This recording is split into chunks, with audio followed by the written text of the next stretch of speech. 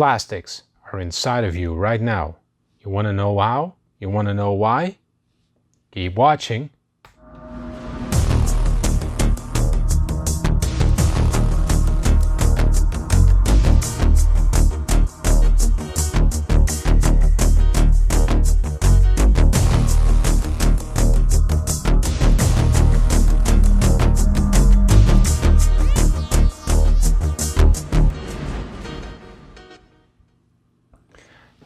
Welcome back to another episode of the Paradigm Shift. Last episode was great. We got lots of new viewers, so welcome all to you. I hope you like the show. Thank you all for subscribing, and there were a bunch of new comments in the comment section, which I always enjoy. And there was a particular one that I would like to look at all together with you, if you don't mind. So let's look at it. So this is a particular comment from Creature Kai 6753. It says, "If you're using tires in your home, it's not healthy. Try again. The reason we can't destroy tires in a good way is because they're toxic." Well, and this was, of course, based upon our Earthship episode, where we said that it's very possible to build a house out of tires. And well, Creature Kai, he's not exactly right. He's also not exactly wrong. It's kind of in the middle. Tires can be toxic if you're talking about off-gassing and maybe a fire hazard if you're not sealing it.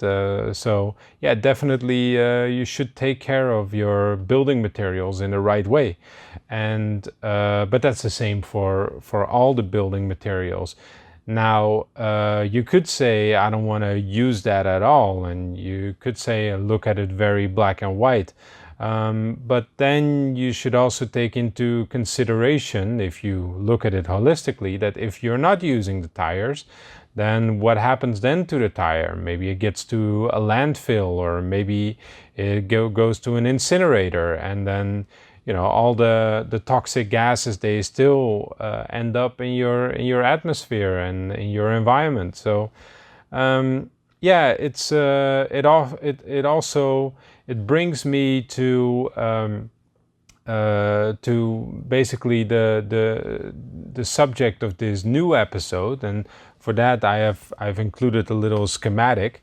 Which is this one. It's basically the composition of a passenger vehicle tire, and you can see what it's made out of, and it has a lot of different components, and one of the most notable it might be is the polymers, and we would call maybe the plastics that are in there. I think that's what he mostly means when he says it's toxic, and maybe he's right. We're going to look at that, but imagine this tire when it's in usage, right? Because when you're using it to build with, it's not in usage, but when you're using it to drive with, and then you should multiply it by 4, it constantly it grinds down the asphalt, and so every car and every tire that's on the road, it constantly releases little particles that end up in the environment as well. And I mean, if we shouldn't build with tires, maybe we shouldn't even drive with tires then.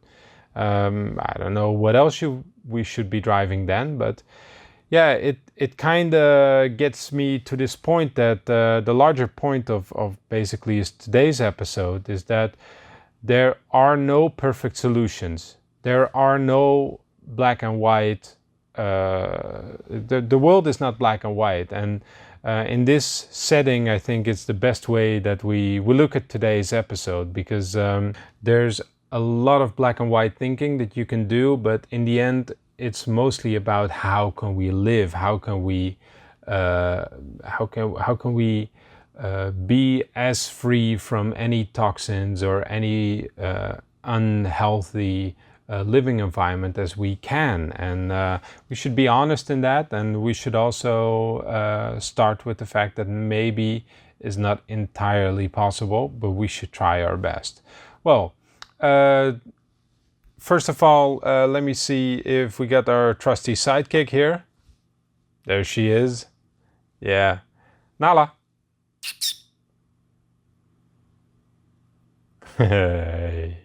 Yeah. Go back to sleep.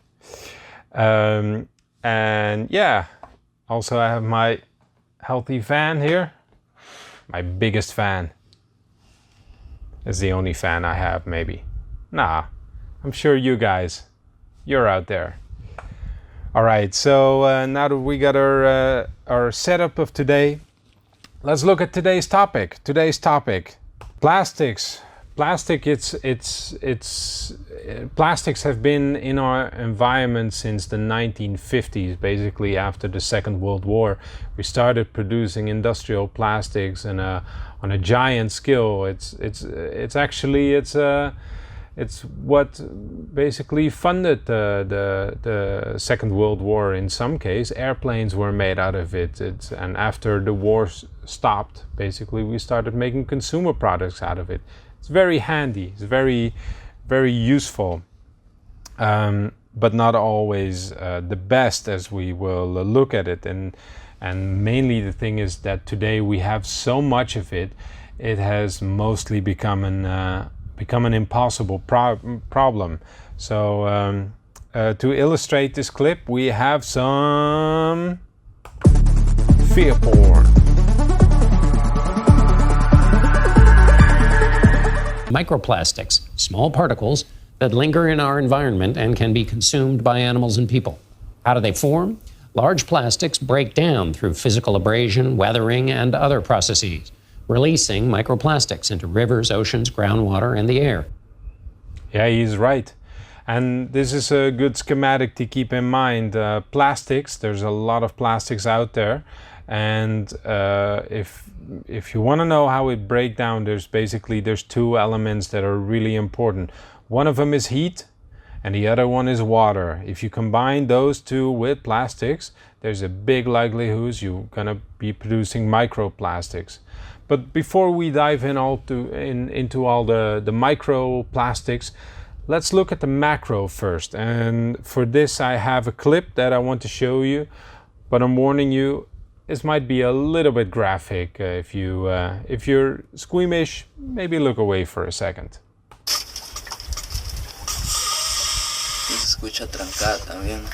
But you have it already.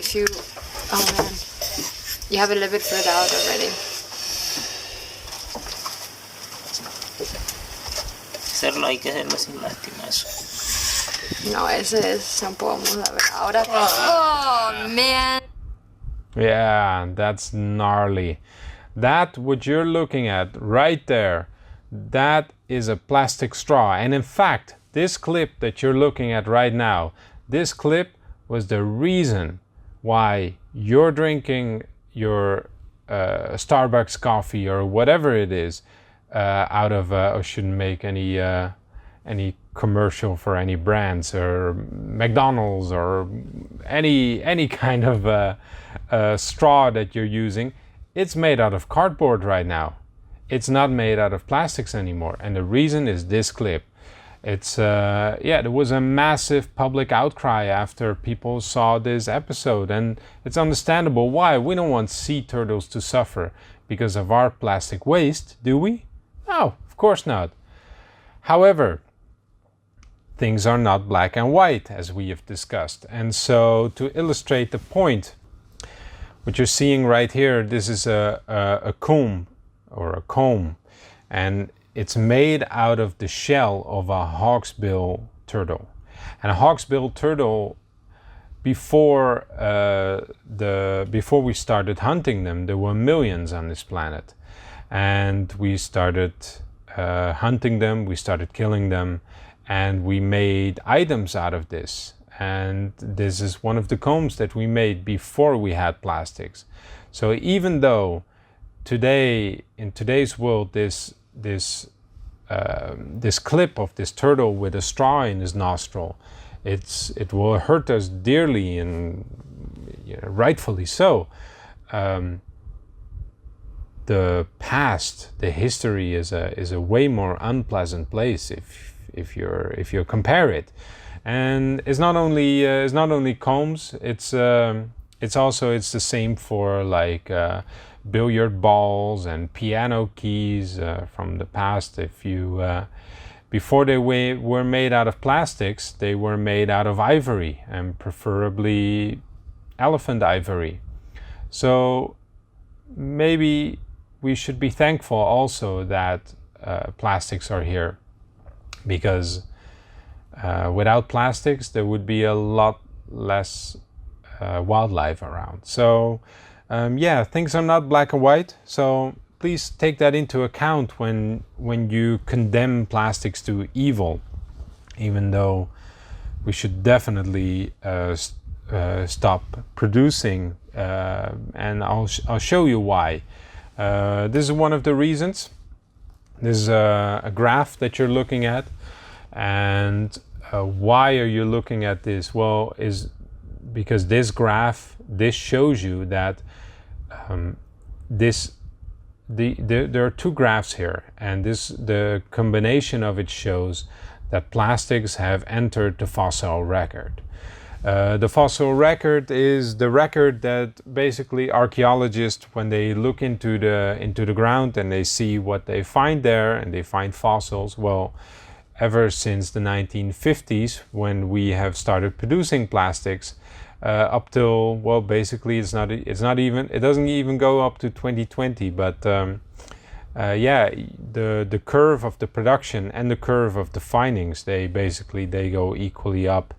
And that's the biggest problem of that we have right now. It's if people in the future, if they start drilling in the ground, and they will be able to say, okay, the modern plastic era started here and it ended here, hopefully.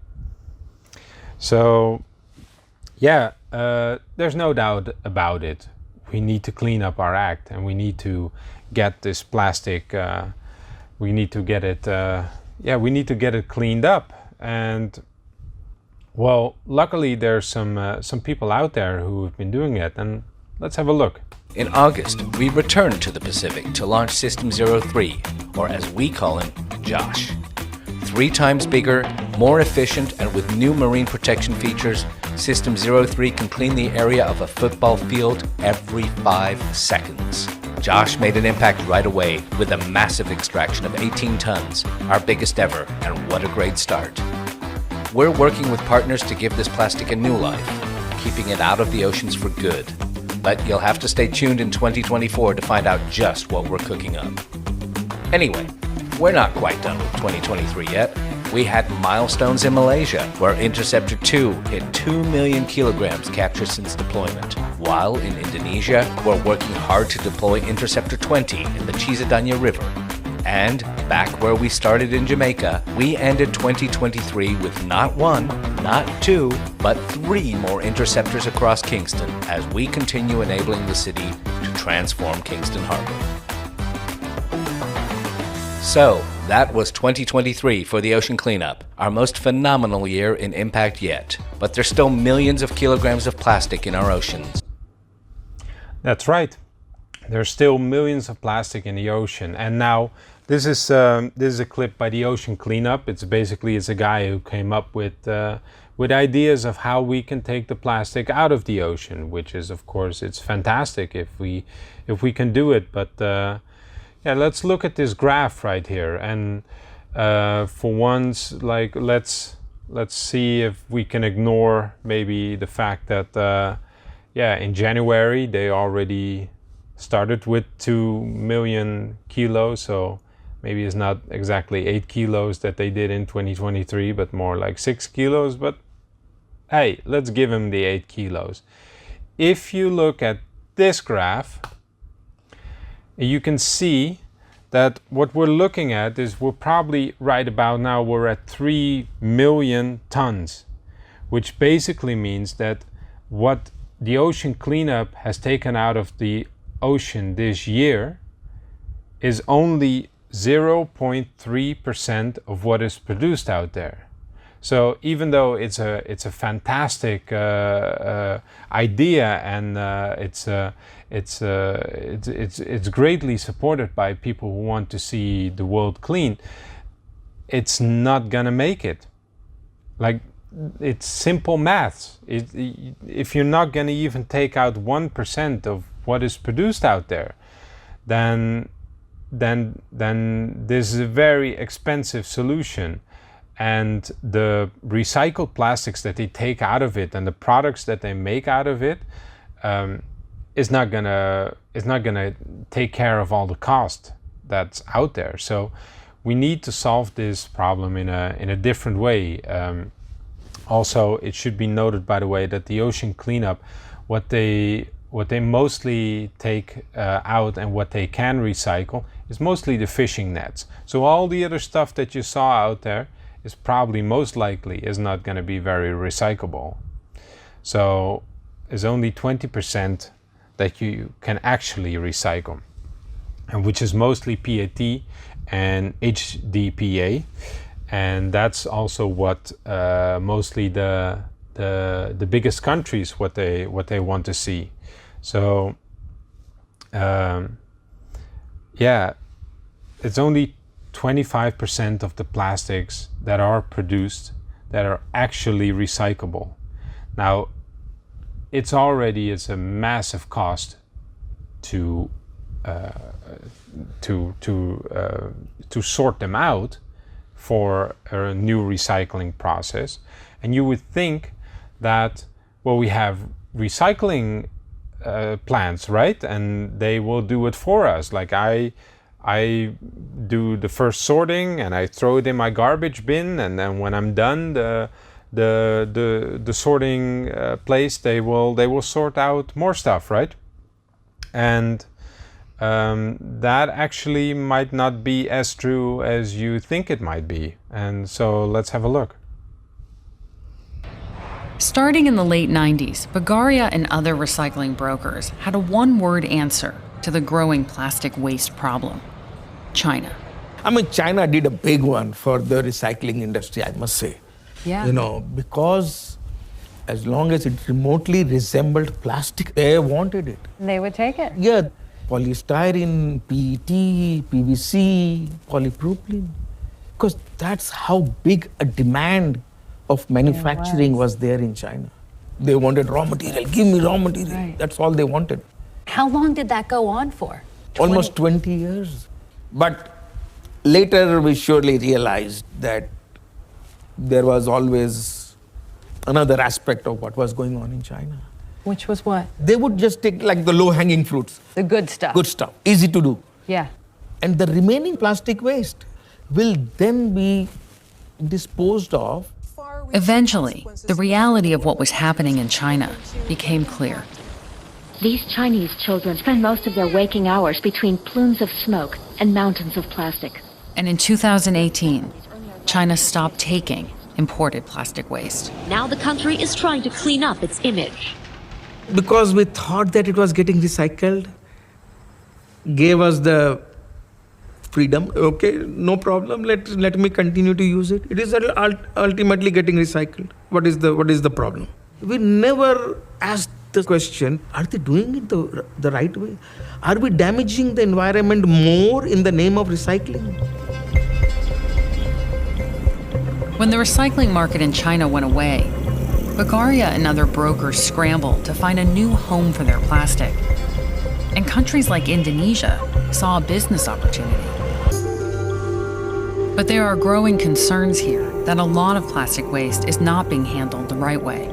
And Indonesian officials are trying to prevent what happened in China from happening here.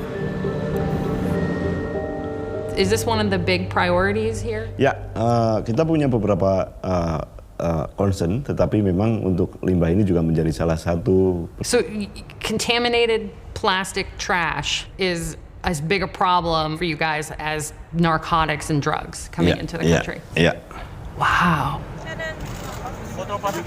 Last year, Customs found that half the containers of plastic waste they inspected Can you explain a little bit? were contaminated with trash and plastic that can't be recycled. Tergantung dari bal-balannya, kalau yang itu kan separuhnya itu banyak nggak pakai kotor. What do you do with the rest of it? Kalau belumnya ya kalau di masyarakat. How long has that been going on for? Tapi kalau dulu tuh per 1 bulan, kalau sekarang per 1 minggu 3 kali atau 2 kali dia buang.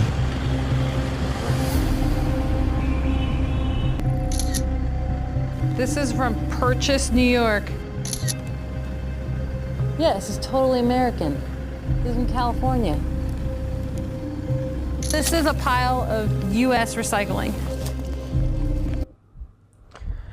Yes. Now remember, this is recycled plastics. So these are not the plastics that go to your landfill. These are not the plastics that go to an incinerator. These are the plastics that go to your recycling facility. And they're being smuggled into different countries, and that country treats it at the same level as narcotics. So let that sink in for a while. That's what the recycling industry is doing. Now, you might be thinking, who cares? Who cares if Indonesia gets overrun with plastic? I don't have it, and they maybe should organize their country better, or they maybe shouldn't import all that stupid stuff, or whatever. And you might be thinking that, but unfortunately, we live in a global world. All of our waterways are connected. All of our everything is connected. And here, let me show you the news clip that I cut off earlier, because it's actually quite insightful. Humans currently produce about 430 million tons of plastic waste each year, according to the United Nations. A large amount of that waste ends up degrading into microplastics, small particles that linger in our environment and can be consumed by animals and people. How do they form? Large plastics break down through physical abrasion, weathering, and other processes, releasing microplastics into rivers, oceans, groundwater, and the air. There are 5 different varieties. Fibers, commonly shed from clothes, these can be as big as 1/5 of an inch. Fragments, created when larger plastics, such as water bottles, break down. Film, made from the degradation of larger plastic items. Foam, generated from food containers and disposable silverware. And microbeads, synthetically manufactured microplastics used in cosmetics and healthcare products, including hand sanitizer. Microplastics spread through the water, air, and even human bloodstream. They've been found everywhere from the deepest oceanic trench in the world to the top of Mount Everest. In just the upper oceans alone, there are an estimated 24.4 trillion microplastics, according to Japanese researchers. Those microplastics are consumed by smaller animals, such as zooplankton, who are then eaten by larger animals. The particles stay in that larger animal's stomach and can be eventually passed up to humans. People inhale or ingest up to 114,000 microplastic particles per year through drinking, breathing, and eating, according to a 2019 study. Humans aren't just at risk of consuming regular microplastics, but also the more dangerous nanoplastics. Those particles are about 400 thousandths of an inch in size and can pass through the bloodstream to reach almost every single organ. Plastic particles have been found in a variety of human organs, including testicles, the liver, and lungs. They've even been found in the placenta and in the bodies of newborns. There's microplastics in my balls. There's even a big likely chance that there's microplastics in your balls, or your placenta, or in your baby. Now, this is the problem that we're looking at. Nature doesn't care if where the plastic comes from. The fish doesn't care where it gets caught and where it gets eaten. This is what we're doing. We've globalized the system, and the system is now feeding back to us globally. So we have to think differently, and this is of course what we're for. We're the paradigm shift. So let's go from the macro. We have seen the macro problem. Let's go into the micro, and let's see if we can figure out how it works there, because frankly, let me tell you, once you go micro, it's a completely different universe.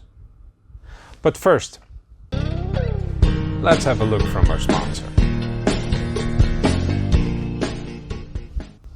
Yeah, of course.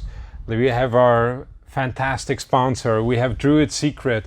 Druid Secret, of course, is the sponsor that we very much would like to appreciate in this episode. It's a fantastic brand, and they have fantastic products. And I have some products here right now that I can show you.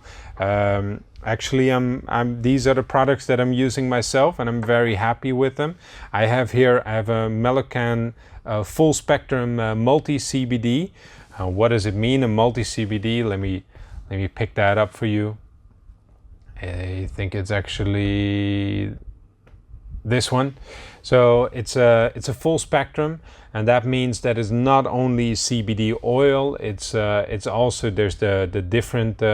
It's the CBG is in there. The CBDA is in there. There's all the different cannabinoids that help to make the CBD function better.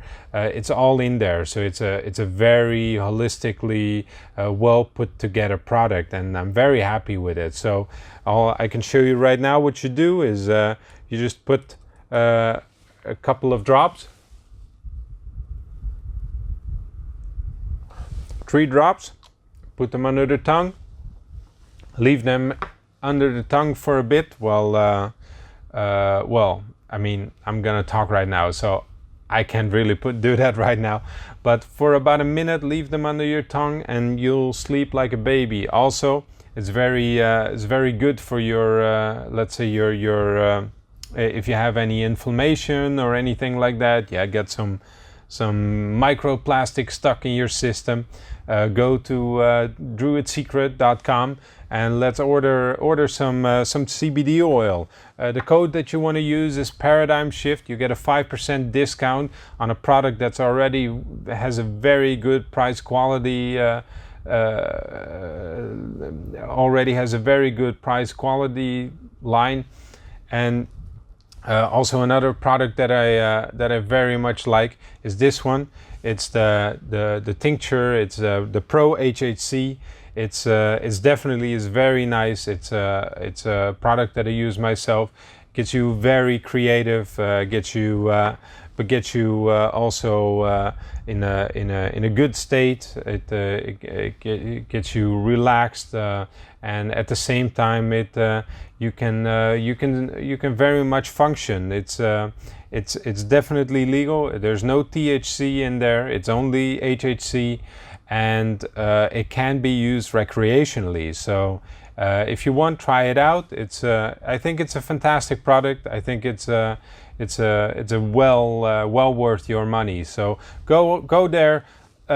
Tell them who sent you. It's the Paradigm Shift. We're out there for you. We only produce the brands that we really like, that we think are quality, just so we can recommend you the right stuff. So go out there and show them who sent you. Okay, let's get back to our regular programming. All right, microplastics. Yeah, so I didn't really know a lot about microplastics, but I definitely looked up some information to learn more about them, and I want to share it with you. A particular expert that I thought was very interesting. His name is Ian Mudway. He's a senior lecturer in respiratory toxicology at King College in London, and he gave a very interesting talk, and I will link it down in this description, of course. But let's look at it and let's see, like, how do we ingest most of the microplastics that we have today? You can work out depositions, you can begin to work out the number of particles you take up per year, and you can get really big numbers, like you take up 1.5 million particles, plastic particles, through various forms a year. And the other thing you have to bear in mind, that's probably true, but it's not actually a scary number at all. Because most of the stuff which goes into your gut comes out in your feces. Yeah, almost all of it. What goes in, goes out.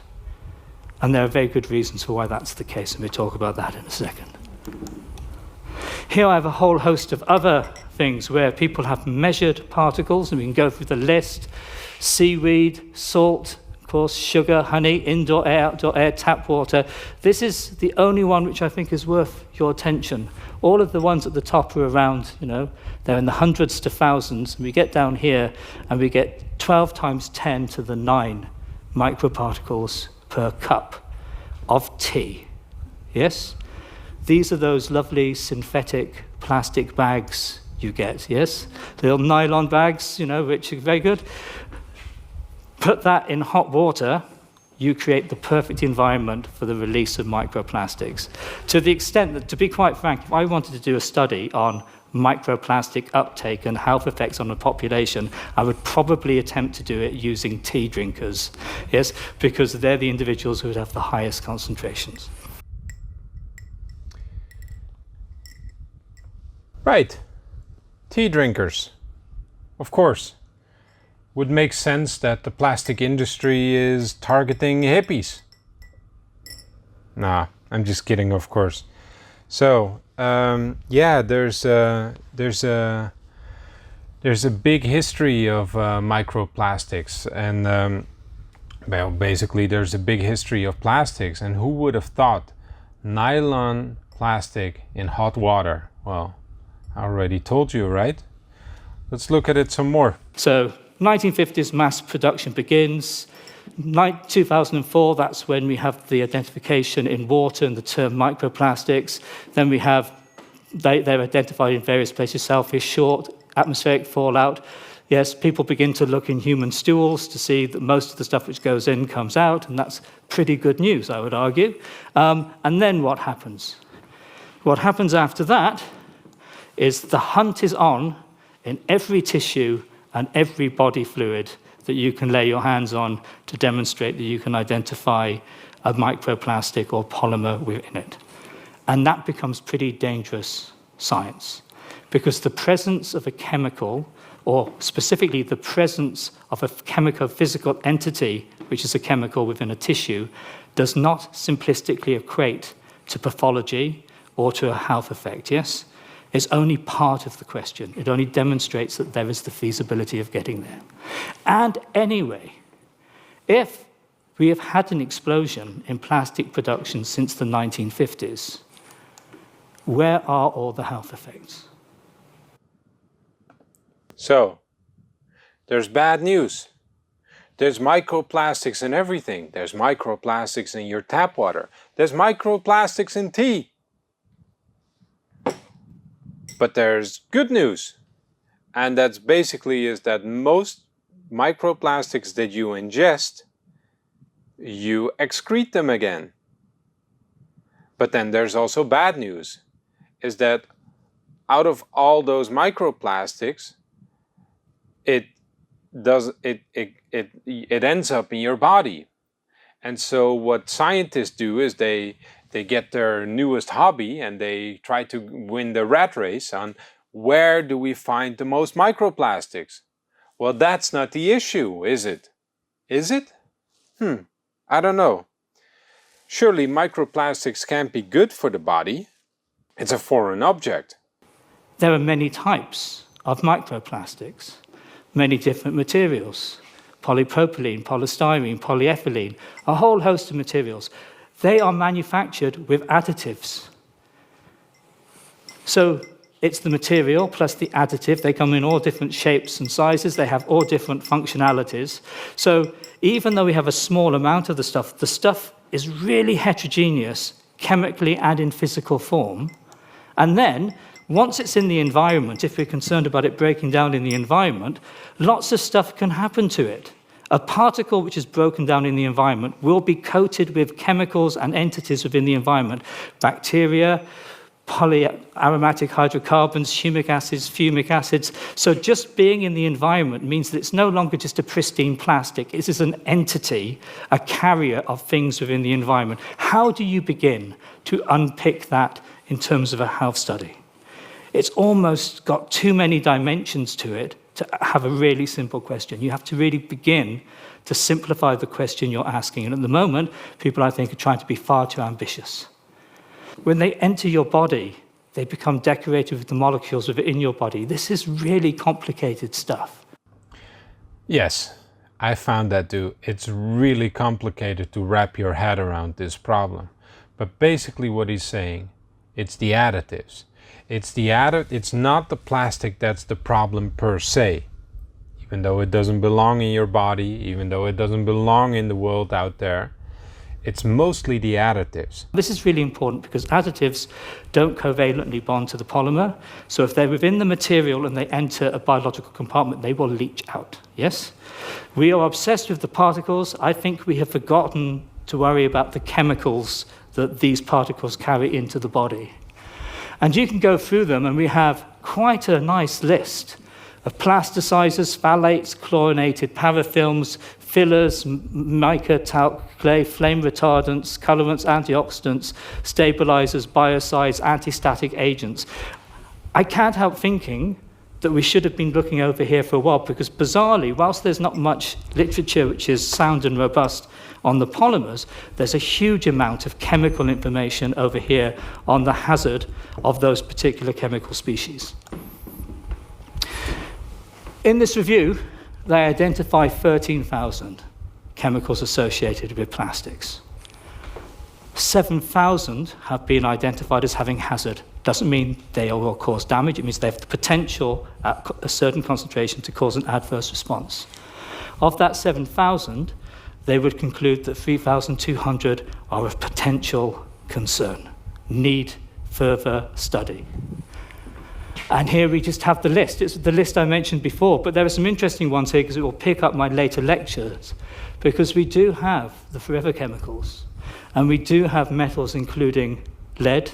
Lead is still used in plastic manufacturing, hard though that is to believe. We still do have all these UV stabilizers. So it's really important that we begin to extend our logic, because many of these compounds actually are linked to diseases, actually do have pathways. Many of them are endocrine disruptors. They do cause abnormal hormonal responses. They are associated with reduced fertility, and we haven't taken our eye off the ball, I think, by thinking only of particles and fibers and not thinking as chemical toxicologists in the round. That's right. The additives in the plastic might be the most dangerous thing that there is about plastic, because once the additives such as lead, such as the forever chemicals like PFAS, and so all the flame retardants and all of these things, once they are not bound with the plastic, but once the plastic breaks down, the additives, they leach out.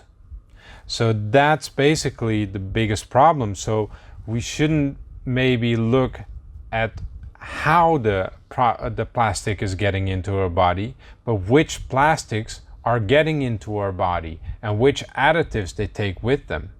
Because this might be the biggest reason why why fertility goes down. This might be the biggest reason why your hormonal your internal hormonal system is off. This is, I think, is the core of why microplastics are a problem. So, what do we need? Well, first of all, we cannot trust the recycling industry. It's just too big. We think that we have to have a giant solution with big boats sailing across the ocean trying to pick everything out. We think we should ship from one side of the world all the way to the other side of the world where they can do better recycling than we can. Well, I think this is a problem in our thinking. We should solve plastic recycling locally on a community-sized solution level. So, how do you do that? Well, you start by making microplastics.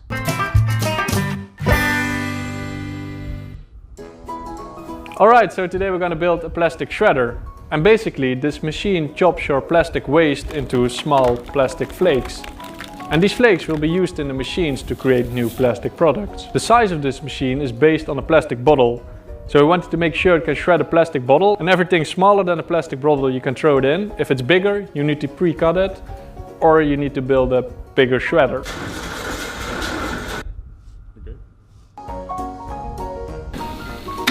Here we have the shredder machine, and you can turn it on by using this little switch.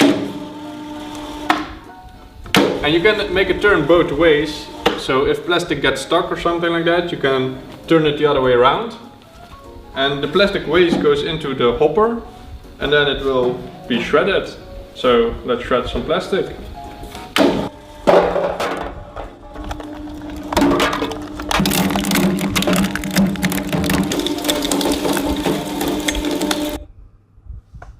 Yeah, that's a solution. Who you're looking at is Dave Hawkins, and his idea was to basically start precious plastic, to find a way how to make plastic precious again as a valuable material that can be reused. So it's a very interesting thing that he started a couple of years ago, and he got a lot of funding for it, and he started up multiple versions of this project. And well, I mean, I can explain to you the entire project, but I can also let them explain themselves to you. In today's video, we're going to build a motored injection machine developed by Andres from El Tornillo here in Bogota, a long-standing verified precious plastic member. And I'm so excited for today's video because it's the first of its kind. It's the first time that we are actually sharing a machine that is being designed and thought entirely from a community member. And we're gonna do much more of this because we know that you guys are designing and developing incredible machines and molds that the entire precious plastic movement can benefit from. And El Tornillo has been kind enough to share his machine and his knowledge, the precious plastic style, free and open source, so that all of you can benefit from this knowledge and tackle the big plastic waste problem. And overall, we're going to be doing more of this, allowing the community to share how they do things, to have a precious plastic that is developed by its community, decentralized and independent. So if you have a machine or a mold that you're particularly proud of, make sure to get in touch so that we can help you to open source it, so that more people can use your knowledge to tackle the big plastic waste problem. Yeah, that's basically it. The idea is to have it small scale, on a community level, to have it open source, and to have it community driven. So I think those are the best solutions for this massive problem. It's just the people on the ground who are going to fix this. And why small scale? Because it is able to recycle way more different products than that the big recycling industry cannot recycle, but also it cannot sell. And for this I'd like to go to basically my favorite project that's out there. It's in Bali, and it's called Sungai Watch. Yeah, so what you see here is they made all these plastic sheets by pressing them all together, and this one is made out of plastic bags. Now, usually the recycling industry, they wouldn't take a second look after a recycled bag because they consider it a low product. These guys, they still are able to produce out of it. And one of those sheets, I think they sell for 25 euros a piece. So, I mean, that's reasonable. And that way, you can have all these people, give them a job, and basically make sure that you can fish all of the plastics out of the rivers, because that's basically what they do. They're trying to protect the local wildlife, and they're trying to protect the natural environment, because Bali, you know, just as Indonesia, as we saw, is very close to each other and is basically the same problem. And after you take it out of the rivers, it doesn't go to the ocean anymore. And if it doesn't go to the ocean anymore, you don't need big ships to take the plastic out of the ocean. So it seems logical what these guys are doing, but they have to do it on a commercial scale. They don't get any funding, or I don't believe they get any large funding. I think they work with some sponsors, so maybe go over there and give them some love. Of course, after you've given the paradigm shift some love. Is this the only thing that's out there? No, of course not. There's different solutions out there. There's solutions out there that I've seen cups made out of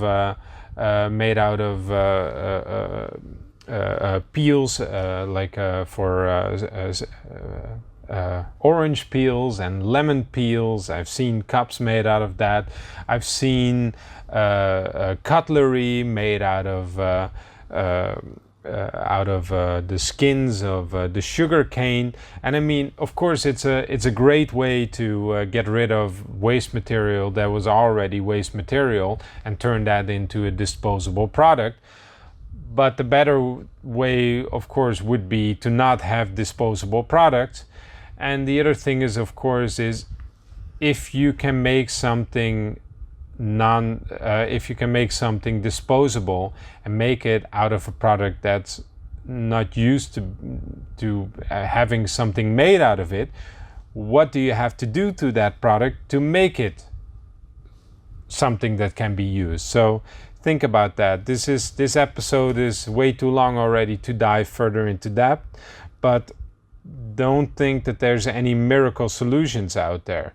Now there is some hope, I think, is that the plastic that is out there, that it can be made recyclable for basically 3D molding and those kind of things, and 3D printing. And I think that's a very interesting thing to keep in mind. So maybe give the community more authority about what they can produce locally instead of what we all want to make on this massive industrial scale, because I think that's where we need to make the paradigm shift, is that we want things that are locally produced, that are locally resourced, and that are locally used. So, what is it that we best need to do? Well, we need to reduce. So, I have some hints for you. Avoid single-use plastics. So, stuff like canvas bags. Take them to the supermarket if you want, and so you don't need to buy a disposable one. It's a simple example, but it still works. Avoid buying things in plastics if you can. I mean, I know that we live in a world where everything is plastic. I mean, even the organic plastics that are out there, sometimes I buy like paprika and I buy it into a bag, and that's not because I want to buy it into a bag, but because the organic paprikas, they get sold in a bag, and the bag is biodegradable, it says, but if it's still made out of corn, and if you use corn oil to make a plastic, or if you use industrial oil to make a plastic, it doesn't really make a difference. The end product is plastic. So look around in your immediate surroundings and see if there's any household items that you can replace with something that would be better. If you I mean, basically I see a lot of people who still use plastic cutting boards. Well, remember, all of those grooves that are in your cutting boards, those are all creating microplastics. Those microplastics, they go into your food, and basically you're eating your cutting board slowly. The same thing goes, for example, if you have a dog bowl. If your dog has an eating bowl and he scratches the side of the plastics, he's slowly ingesting the plastics. So if you can replace it with glass, replace it with metal, replace it with ceramic, replace it with stainless steel, wood, or maybe even cardboard if you can. Why? Because it's better. It just beats eating microplastics. The same thing goes for clothing.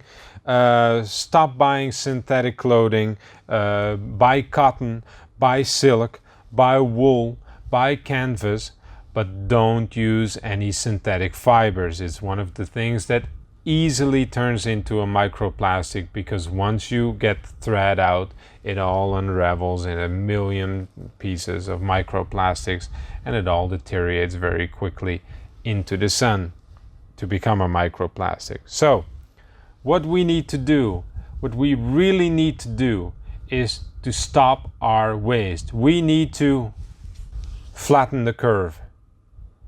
We need to stop this curve from going up further into the future. We need to stop our production of plastic. Now, the plastic industry is not going to like this, but they don't have a say. We're the end producers. We're the end consumers, I mean. If we can vote with our money so that we're not going to buy any plastics anymore, there's no reason to produce it anymore. Thirdly, take care of your health. So filter your tap water, because often your tap water often comes from a source where already microplastic have been in it. Stop drinking out of bottles, plastic bottles. What happens is plastic bottles get often they don't get transported into refrigerated trucks. They often stand in warehouses for long days at an end. They often get warm. They often get a lot of sun. And there's a lot of microplastics in bottled water, but any soft drink basically. Don't microwave your plastic. It just releases a lot of microplastics. Don't drink tea out of nylon bags. Use one of these. I mean, it just works better.